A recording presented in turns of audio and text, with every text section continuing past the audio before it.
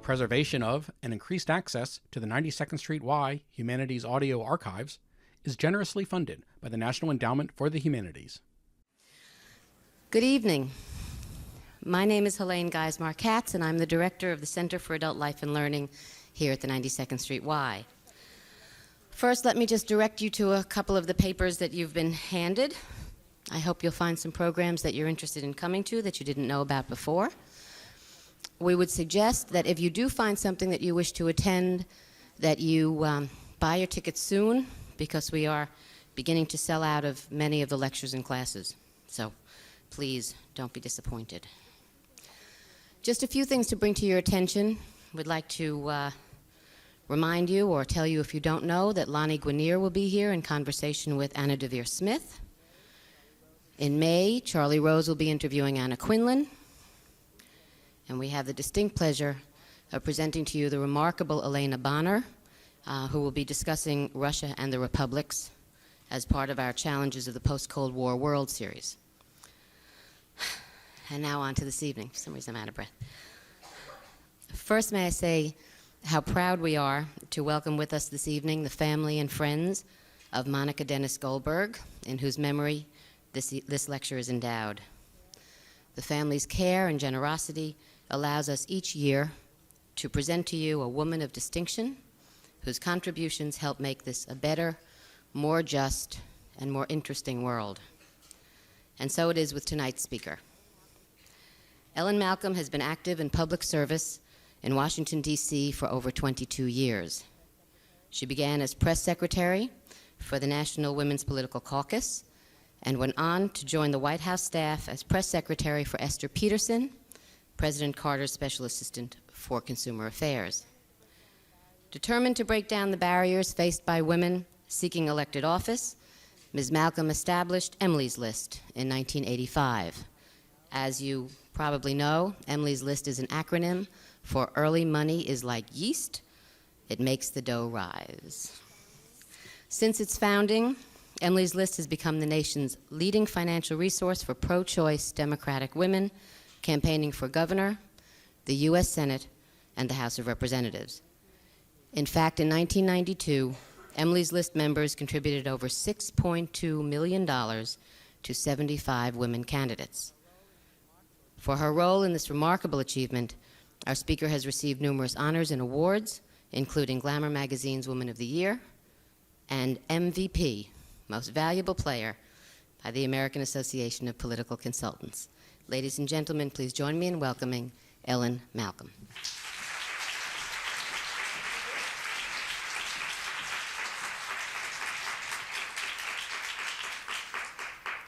Thank you, Elaine, and thank you to the Goldberg family to give me the opportunity to talk to you tonight.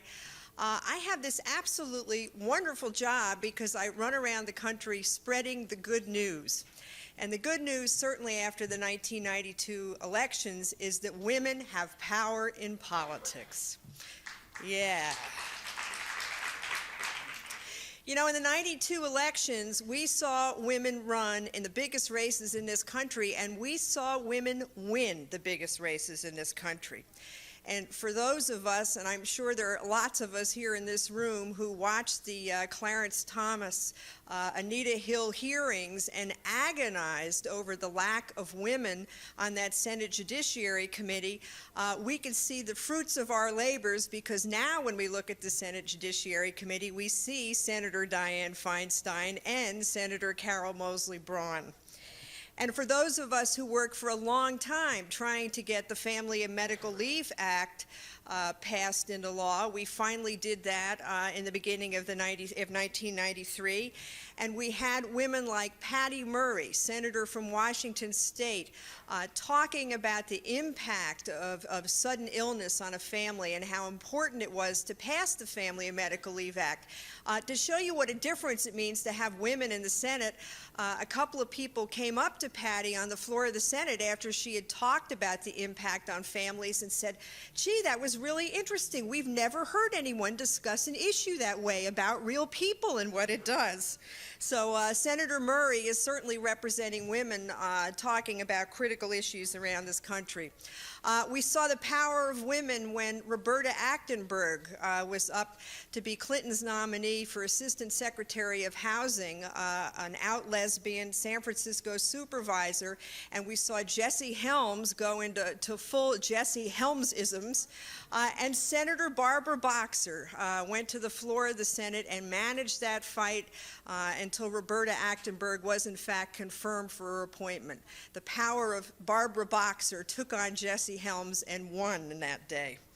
And of course, the team captain of the women in the Senate is the wonderful Barbara Mikulski, all 4'10" of her, who is the team leader. And she is working with the Democratic women in the Senate, certainly on many issues, but one that is dear to their hearts, and that's protecting a woman's right to choose. I remember some months ago that I was on the phone with Senator Mikulski, and she was talking about how the 5 women had gone over the appropriations process. They had looked where all the legislation was. They were going to fight to protect a woman's right to choose.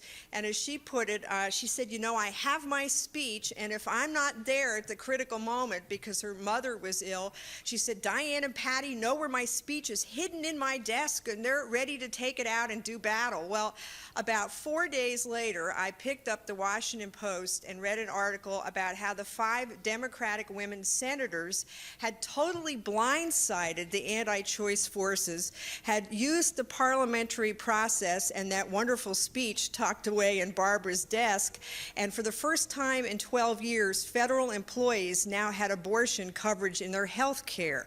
So the 5 Democratic women made their mark and showed that they could make a difference in the United States Senate.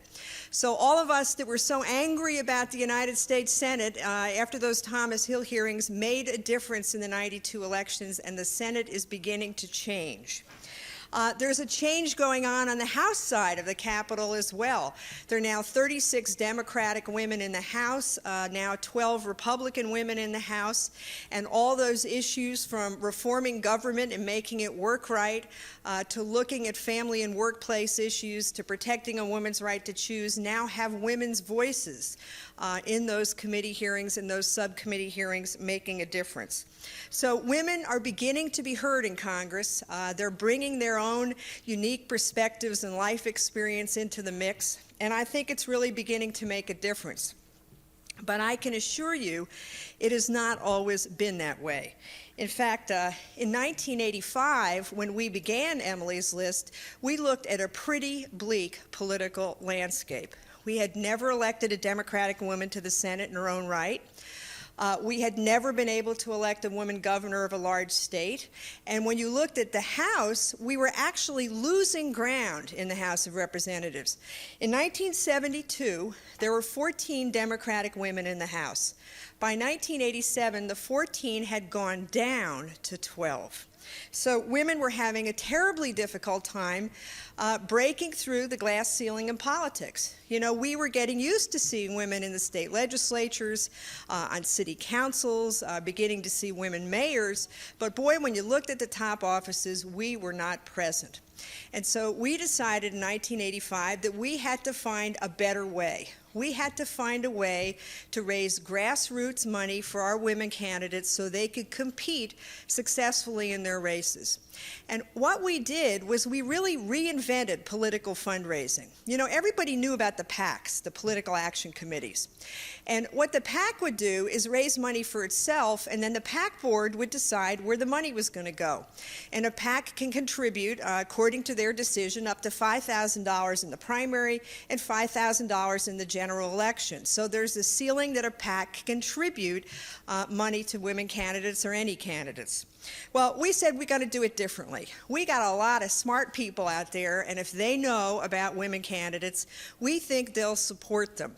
And so we're going to create a donors network, and you pay $100 to be a member of Emily's List for 2 years, and then we go out and we find viable pro-choice Democratic women candidates and tell you about them. So if you're a member of Emily's List, it's almost like hiring a political staff, and we give you information about the candidates, their positions on issues, and then you as a member decide where your money's going to go.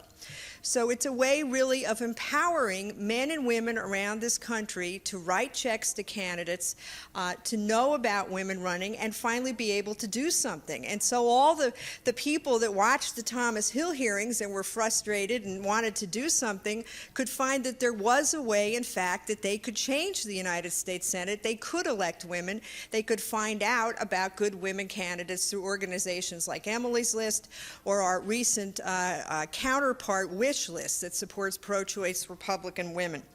Well, that empowering of individual contributors, that enabling of people to support candidates has revolutionized political fundraising and revolutionized the process of women.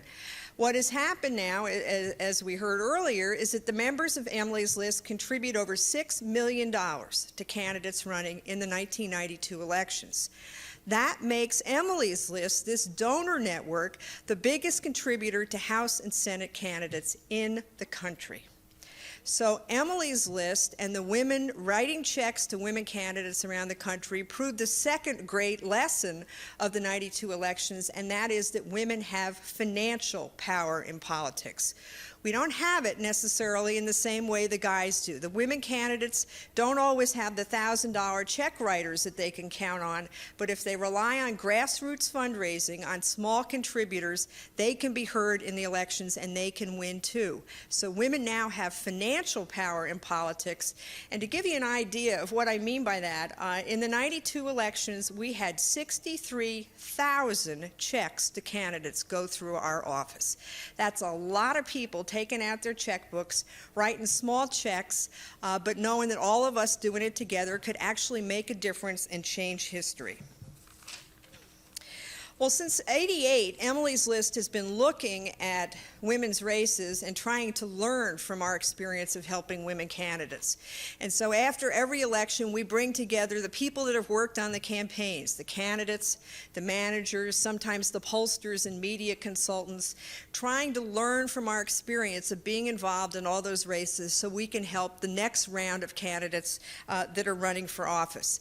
And beginning in 1988, all our research, all our evaluation of these campaigns has shown us that women have one issue that dogs their campaigns, and that is the issue of credibility. Women have to prove themselves over and over and over again, and it affects every single part of their campaigns. For example, when a woman candidate introduces herself to voters, credentials herself to voters, she has to do it differently than her male opponent. It sometimes appears to me that a man can stand up and say, well, I went to law school and I'm going to run for Congress, and everybody looks and says, that makes sense, okay, fine. It doesn't work for a woman candidate. She's got to show her credentials, she has to prove herself, and when she's all done doing that the first time, she has to turn around and do it a second time and a third time and a fourth time until people begin to realize that this is a serious person that has a right to run for Congress. It affects how women talk about issues. They have to talk in certain language. For example, they have to show that they're tough. They have to show that they understand the complexities. They have to show that they have the experience of what they've done, that they can handle those complex issues. And it certainly affects women's ability to raise money in races, and that's one of the parts of why Emily's List has this rather unusual name, Emily being early Money Is Like Yeast. Because what happened and what we found before we began Emily's List is that the old boys network never could believe that the woman candidate had a chance to win. She had this credibility gap that she had to overcome. And so she'd go all the time to the guys and she'd say, all right, you know, I'm a state senator, I've done all these things, I'm ready to move up to the next level of office. And she would be told time and again, you're not a viable candidate, we're not going to give you any money to begin your campaign.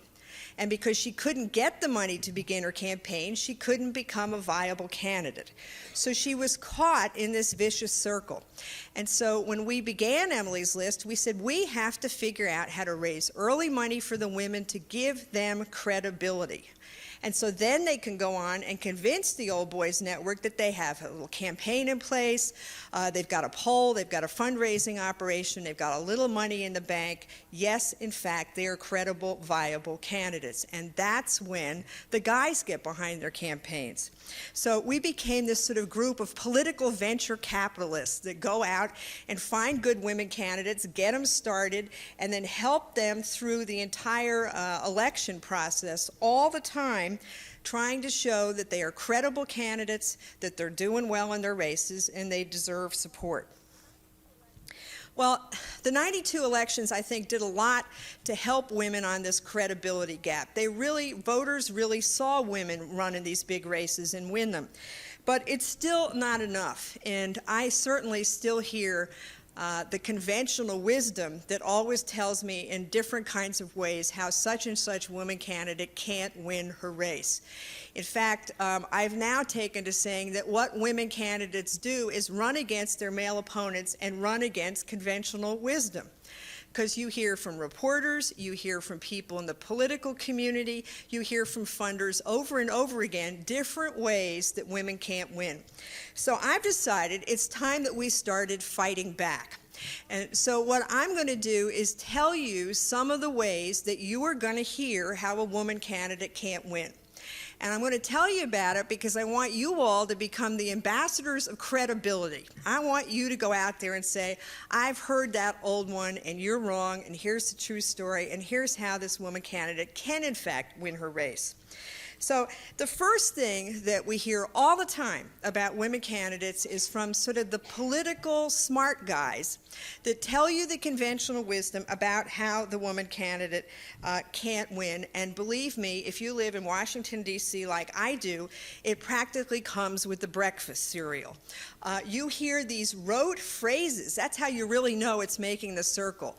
I remember in 1988, the conventional wisdom was, Anna Eshoo can't win in that district. The district's just a little too Republican. Well, when you start hearing the exact same phrases from everybody you meet around the city, you realize that this is this little message. It's sort of traveling like a choo-choo train around the political establishment, and it always is going to tell me how this woman candidate can't win. The best example probably of that in 1992 was Patty Murray, the mom in tennis shoes who ran for the United States Senate in Washington State. Patty was running in the primary against a former member of Congress, well-respected member of Congress, nice guy, dark gray suit, you know, you've seen him. The conventional wisdom was there's no way this mom in tennis shoes, this state senator, is going to take on this guy in this good-looking suit and be elected to the United States Senate. Well, Patty Murray knew something that this fellow in the suit did not know, and that was that voters wanted to know about issues that are concerned to them. They wanted to know about jobs. They wanted to know whether they were going to bring in a paycheck. And they wanted to know how they were going to get a decent education for their kids when the schools seemed to be falling apart. And they wanted to know what to do about health care costs and what to do when their parents got sick on the one end and they had to pay for that. At the same time, they're trying to save money and put the kids through college. Patty Murray understood the real lives of voters. And these wonderful resumed members of Congress, one in the primary and another one in the general election, just didn't get it. And so the conventional wisdom may be that the resume was going to win, but the matter of fact is that Senator Murray showed that talking to voters is what made you win elections. A couple of other examples of the conventional wisdom, and if I heard this one more time in 92, I thought I was going to scream. Do you really think California voters would elect 2 women to the United States Senate? Like we had never had a state where they had elected 2 men to the United States Senate, right? Well, we know the answer to that one, and California voters certainly showed that they didn't have any kind of gender quota that they were voting on. They cared about the candidates that cared about them, and we're going to fight for them. But lest you think that that is over, and you know everybody's forgotten about that, now I get from reporters all the time, well, now that California voters have elected 2 women senators, you don't really think they're going to elect a woman governor, do you?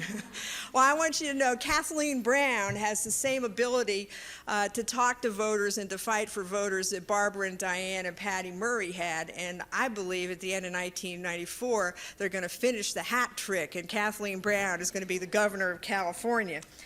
A current race, 1994, the conventional wisdom. In Ohio, Senator Howard Metzenbaum is retiring, and his son-in-law, Joel Hyatt, is running for the United States Senate. A Cuyahoga County Commissioner by the name of Mary Boyle is running in that race. She's been in public service for 16 years. Joel Hyatt is the head of Hyatt Legal Services, has never run for office. But the entire political establishment and friends of Senator Metzenbaum are lining up behind Joel Hyatt. And the conventional wisdom is Mary Boyle is never going to win this race. Well, I hope you all meet Mary Boyle, because she is a pistol, and she has a record of fighting for working families in Cleveland and in the state legislature. And when voters hear what she has to say, once again, as we saw in 1992, the conventional wisdom is going to turn upside down, and I think Mary Boyle is going to be in the United States Senate. The second way that women can't win, that we hear over and over again: so-and-so is a great candidate, but she really can't raise the money. Well, you can imagine what that does to me. I think women can raise money, and I can prove it. But we had wonderful examples of that in 1992. The best, I think, or one of the best, being Barbara Boxer, running for the Democratic nomination for the Senate in California. She ran against the Lieutenant Governor, Leo McCarthy, in that primary, and Congressman Mel Levine. And Congressman Levine had all kinds of connections around the country and was raising all kinds of money. And the conventional wisdom was that Mel was going to stay on the phone, dialing for dollars, was going to raise $5 million on the primary, was going to go up on television and blow Barbara Boxer out of the water. Well, Barbara had another idea, and her idea was that she may not be getting those $1,000 checks, but she was going to do two things. She was going to raise money in small contributions. She ended up with 90,000 contributors in that Senate race, and she was going to go out and talk to voters. She wasn't going to stay on a telephone all day long dialing for dollars. She was going to go out and talk to voters and listen to voters and know what they cared about and fight for them. And when the conventional wisdom was over, Mel Levine may have raised more money than Barbara Boxer, but she raised enough to be heard, and she is now in the United States Senate. So often we see that women may not raise as much money as their male opponents, but they need to raise a threshold amount of money so they can be heard in the election, so they can compete in the dialogue, so they can get known by voters. And very often when they do that, they can win those races.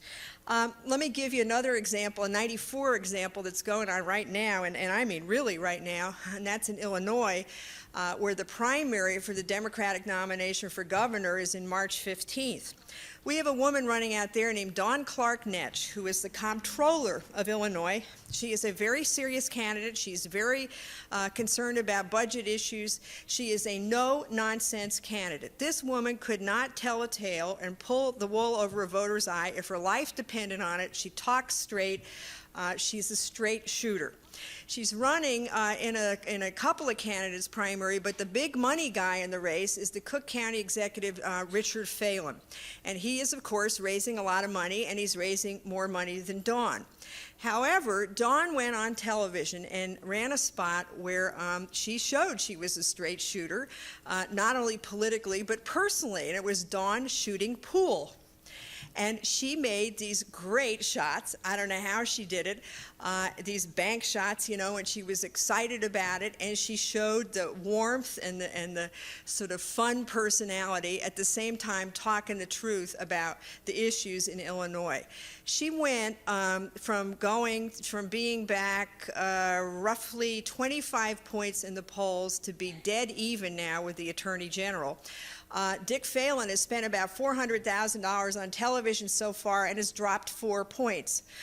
So if you have a good message, if you have enough money to get that message out, you can in fact move up. What is now going to happen, and get out your umbrellas in Illinois, the negative attacks are really going to take place. We have it from the inside that they are focusing on Dawn, and we now need to help her get enough money to go through the election to be heard above what is obviously going to be a really negative assault on her as the one with the momentum in the Illinois primary.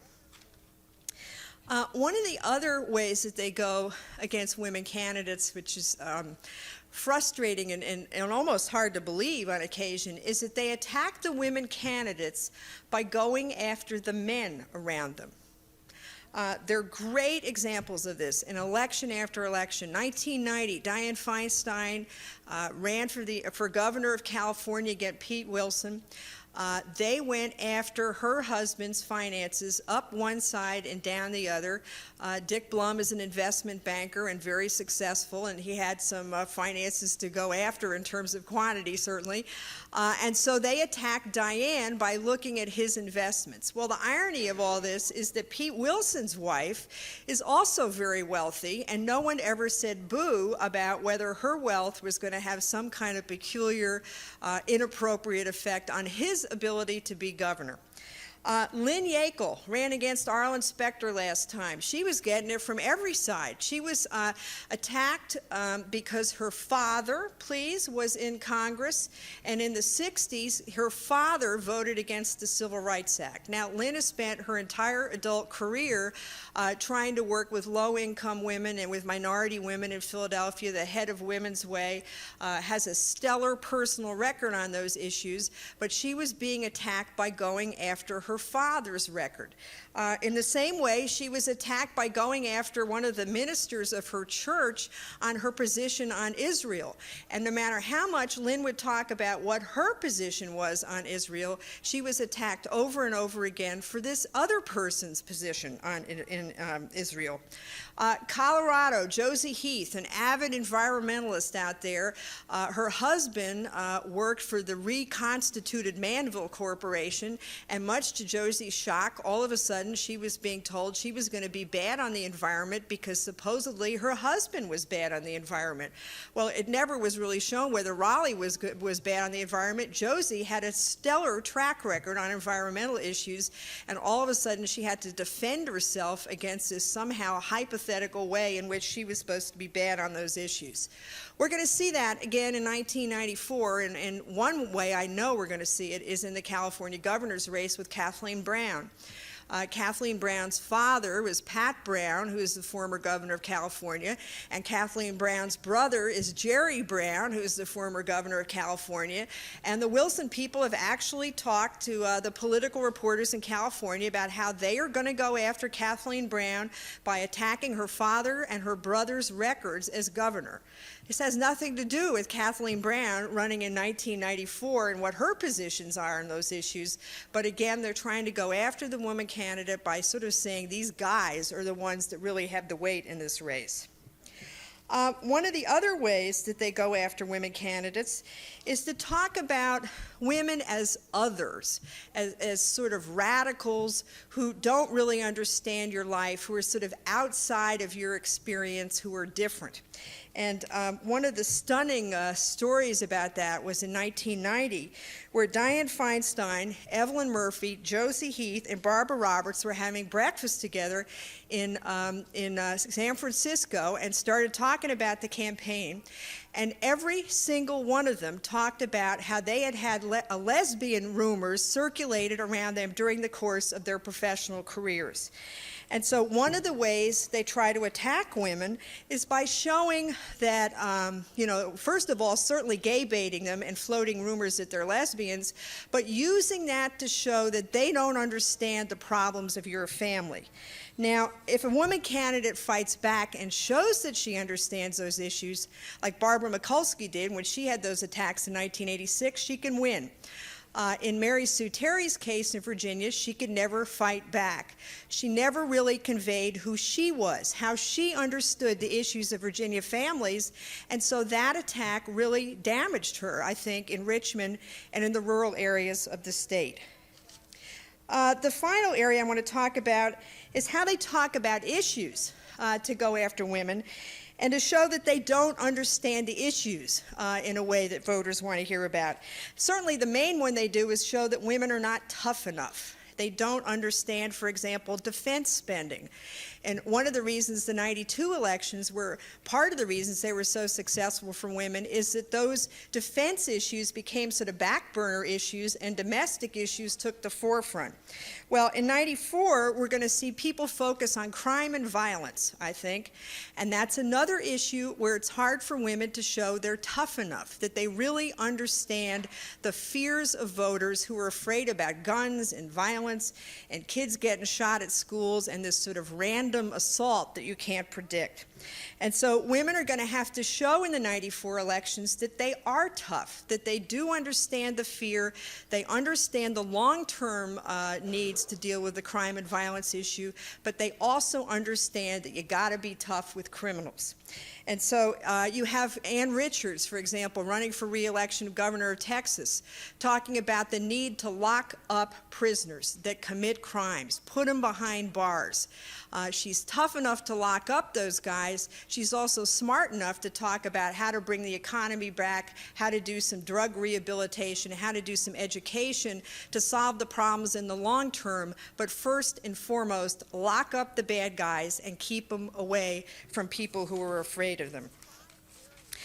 I think in these 5 areas that I've mentioned where they go after women candidates, the general way that women fight back is to show that they understand real lives of real people. They are authentic, as we would say in our business. They connect to real voters. You know, it's the women who balance the family checkbook, and it's the women who go out and buy the groceries. Remember George Bush with the scanner, couldn't figure that out? It's the women who take the kids to school. It's the women who care for the sick people in the family.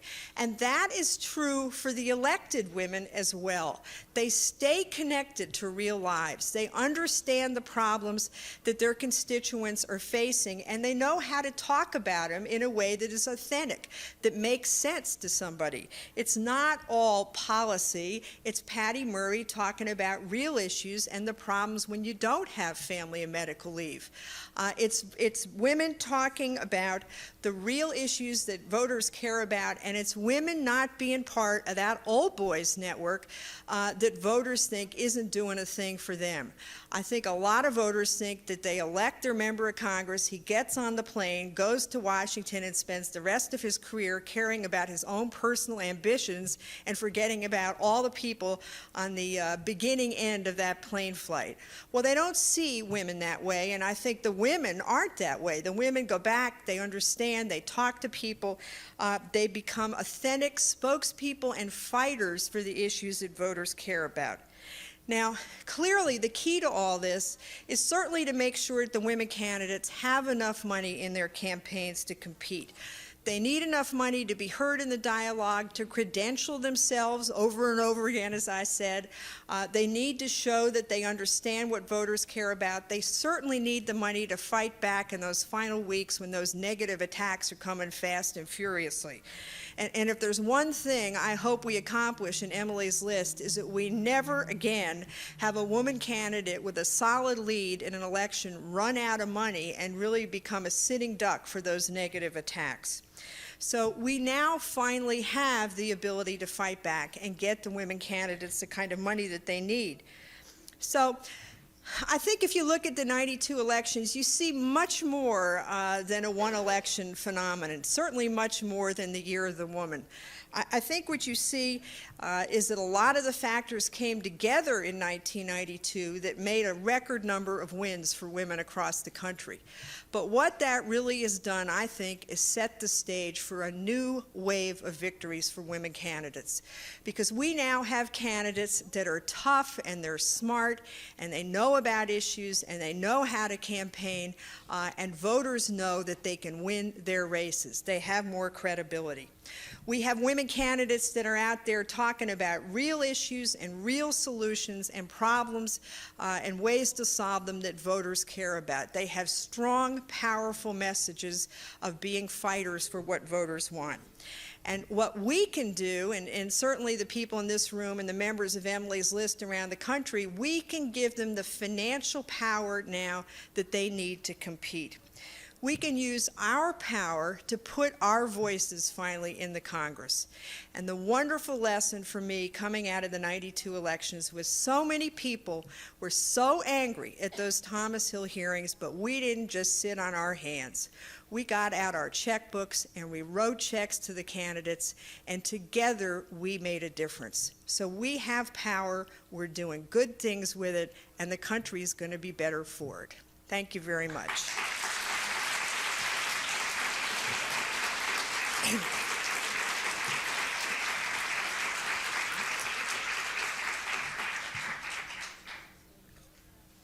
Even the house lights up? I know you're out there somewhere.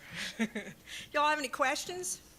Ms. Malcom, to change the subject a little bit, what's your opinion of President Clinton's welfare plan? It seems to me that this impacts very heavily on mothers and children, perhaps severely on mothers and children. I wonder what your opinion is. Well, it certainly does, and it's a issue, I think, of tremendous concern to all of us who have seen poor women really trapped in this system, and I think of tremendous concern to them. And so I think the whole system needs to be re-looked at. We need to find a way to get people off welfare, back to work, but at the same time, we need to be able to protect their ability to take care of their kids. And certainly one of the parts of this issue that's got to be tackled is the health care issue. It doesn't make sense to go back to work and bring in a small salary if you're going to lose your health benefits and your ability to take care of your kids. So it's a very complicated issue, but I'm glad to see we're beginning to finally get some dialogue and some interest in doing something about it. Yeah, back here. I was interested in knowing your thoughts about the senatorial race and the primaries here in New York between Liz Holtzman and Geraldine Ferraro. I guess more specifically, there are kind of maybe 2-3 schools of thought on Or more, it being New York and all. I mean, was Liz Holtzman judged by a double standard? Was male have been judged the same way? And also, was it such a bitter kind of campaign that they, were divisive and therefore needed to run the race? All right. Let me talk about two aspects of that. The first is our decision-making process and what to do in that race. And I mention it because I think it shows a new kind of sophistication on women involved in politics, and it shows a very nice kind of problem we're going to have in the future, which is what do you do when you have more than one viable candidate in a race, woman candidate in a race. When we started the '92 cycle, I said to the steering committee, sort of in our kickoff discussion, I said, it's reapportionment. We're going to have all kinds of open seats, and I think we're going to have a lot of House seats where we're going to have more than one woman running for the Democratic nomination, and we're going to have to figure out and practice and work through better the process of how to do this, because this is going to be the future of women in politics. Well, little did I know that my nice, quiet little House races where we're going to be able to figure this out turned out to be the New York Senate race, and of course in the national spotlight, we were trying to decide what to do about that. What we did after an extensive evaluation was really come to the conclusion that if we didn't get behind one of the two women, then neither of them were going to win. Bob Abrams was a strong contender in this race. Certainly at the time we got in was the front runner by that wonderful conventional wisdom that I love so.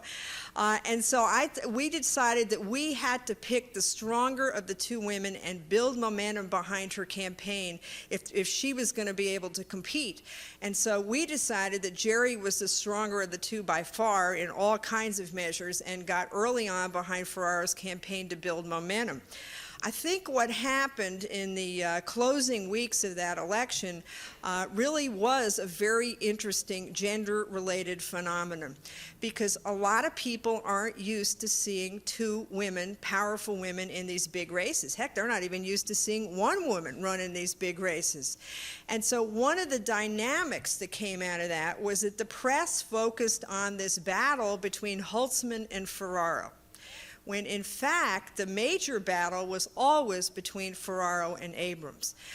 Because the press focused on that, I think it really damaged both of them and it allowed Bob Abrams to really do a lot of negative hits and not pay the political consequences that he might otherwise have. So the gender issues, the fact that people weren't used to seeing two women compete in these races and that they constructed this race as a battle between the two women was politically inaccurate and I think had an effect on the final outcome.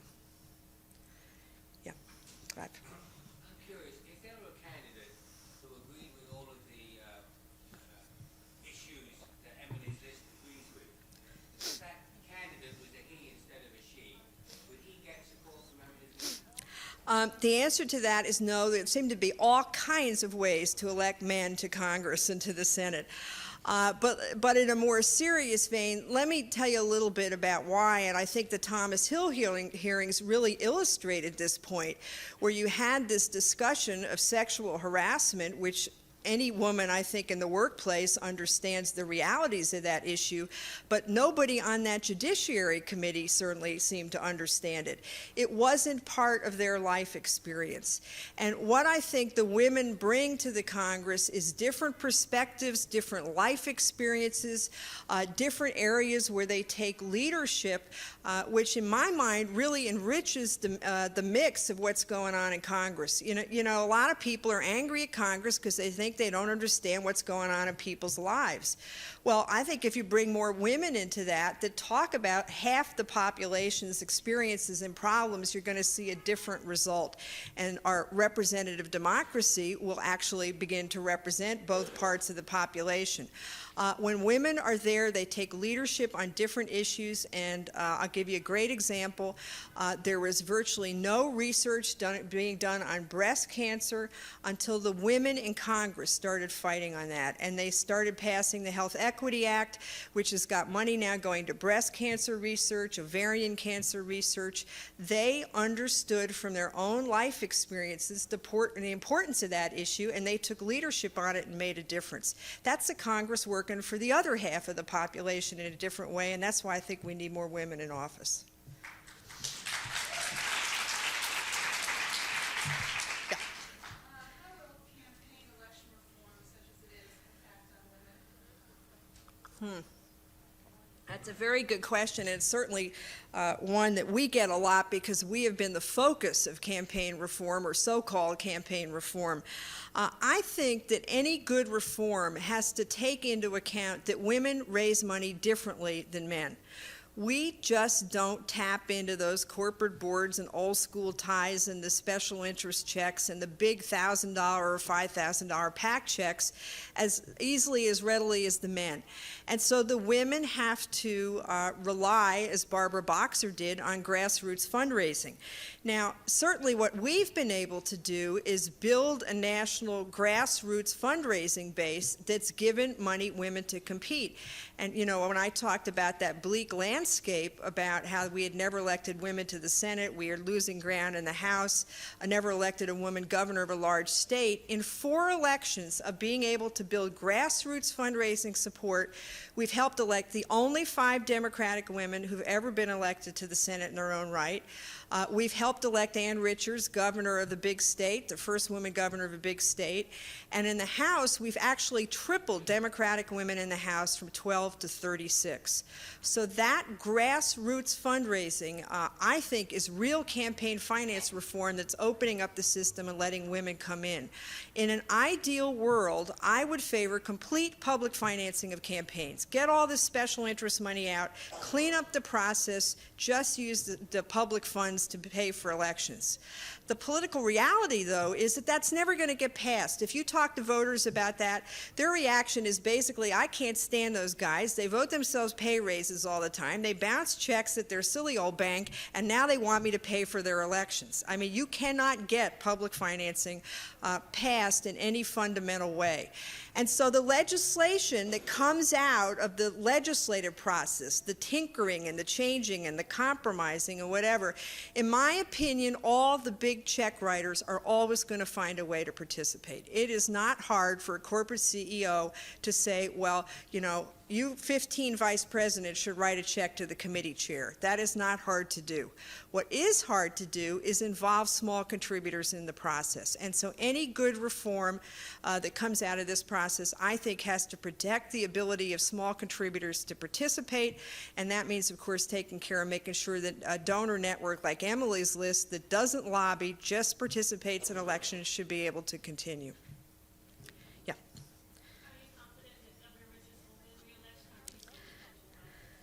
Ann Richards is going to have another tough one in Texas.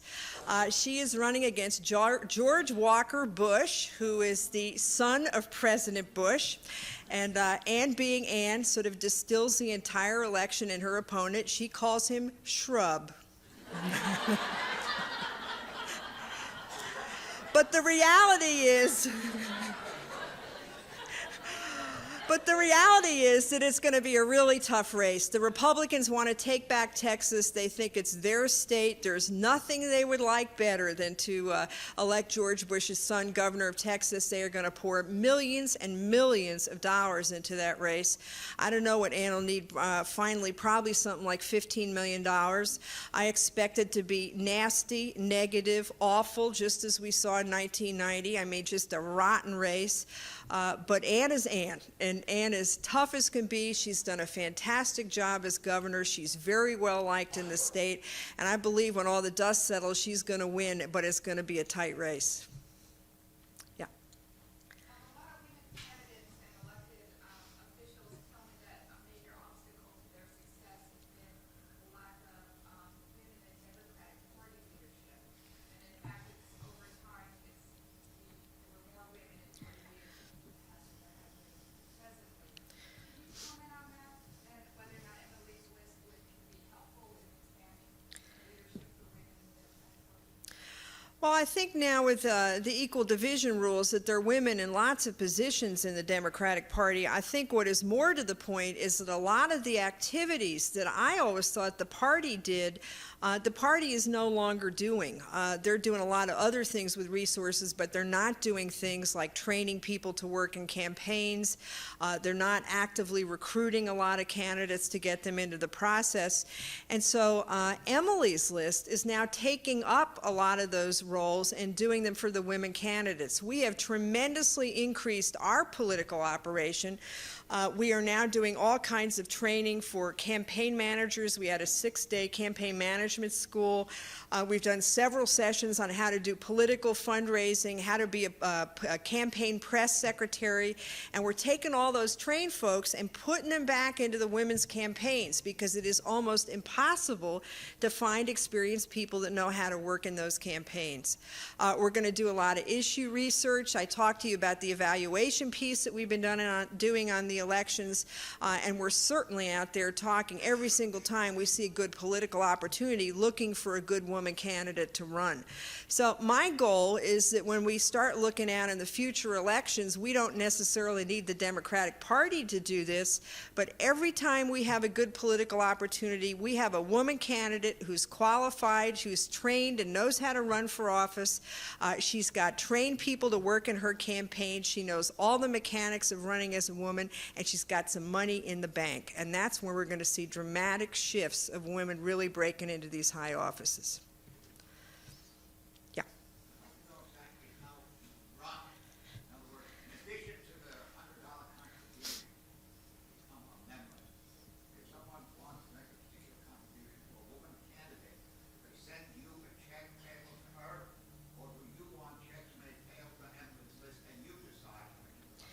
What you do is you join Emily's List, pay $100, make the check out to Emily's List. That makes you a member.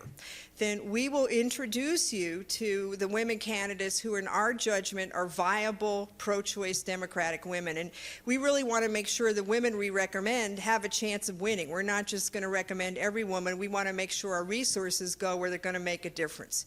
So you get a profile on each one of the candidates we recommend. There were 44 of them during the course of the '92 elections. You read through those profiles, you learn about the candidates, what their positions are on issues, and then you decide who you you want to support, and you can support all of them or none of them or some of them. You write out your check, Barbara Boxer for Senate, Dianne Feinstein for Senate, send those contributions back to us, and then we turn those candidate contributions over to the campaigns. And that's the 63,000 checks that went through our office that made us the biggest single contributor to House and Senate candidates in the country in '92. When you gave $185,000 to Jerry Ferraro and nothing to Holtzman, you got no checks to Holtzman? We did not recommend Holtzman. We said, this is our analysis of the race. We think Jerry's the strongest candidate. Here's what she stands for. And we did not give the money to her. We raised the money from a lot of people who read about Jerry's race and got excited and decided that they wanted to support her. Any more? Yeah.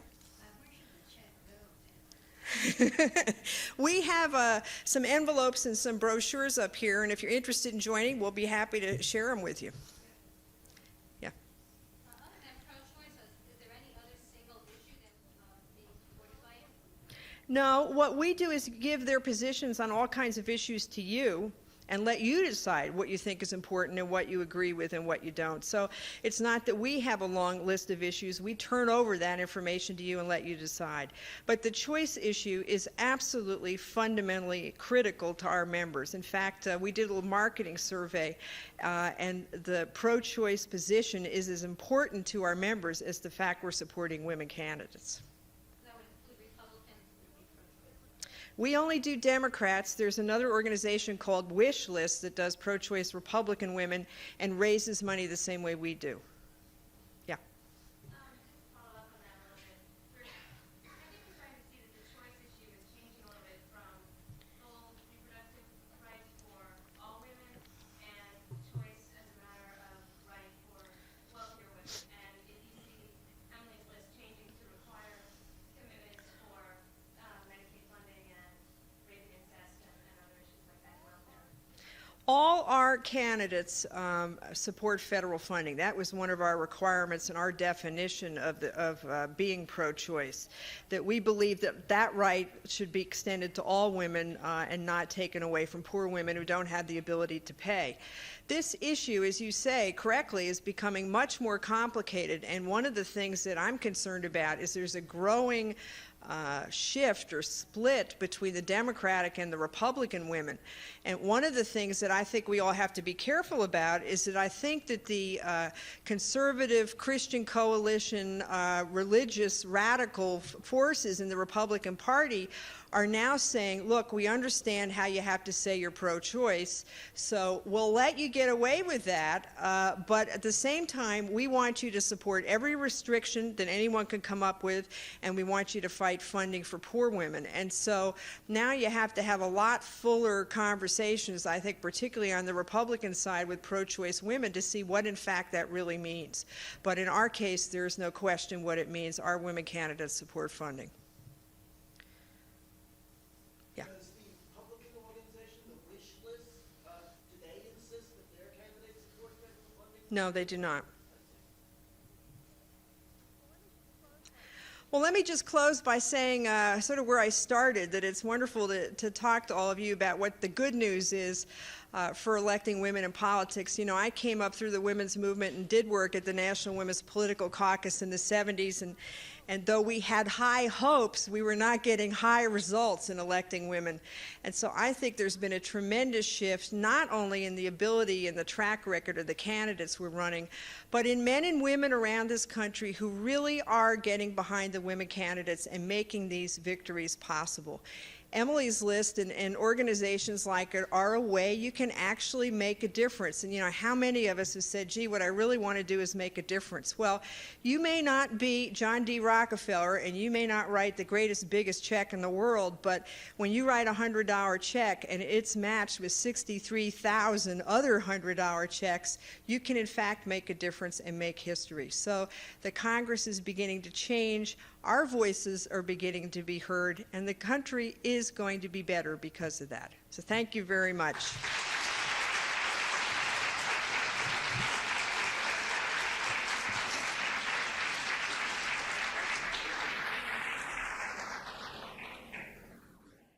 Thanks for listening. For more information on the 92nd Street Y, New York, and all of our programs, please visit us at 92ny.org.